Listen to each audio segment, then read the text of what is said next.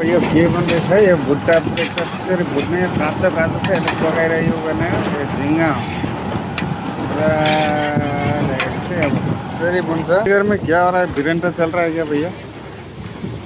हाँ भाई, तुम्हारा भिरेंटा चल रहा है यार, क्या है इसका नाम? अब यसलाई भुट्ने सर कैसे के बनाए सर यसरी बनाउने सब कोही मसला मिक्स गर्नुपर्छ। हाल्ने अब यो भइसक्यो रहेछ यसरी बनाउने।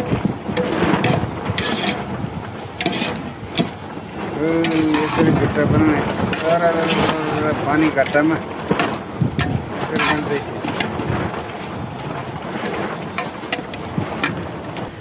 यसरी भुट्ने भने झिङ्गा हो, यसको नाम झिङ्गा भयो।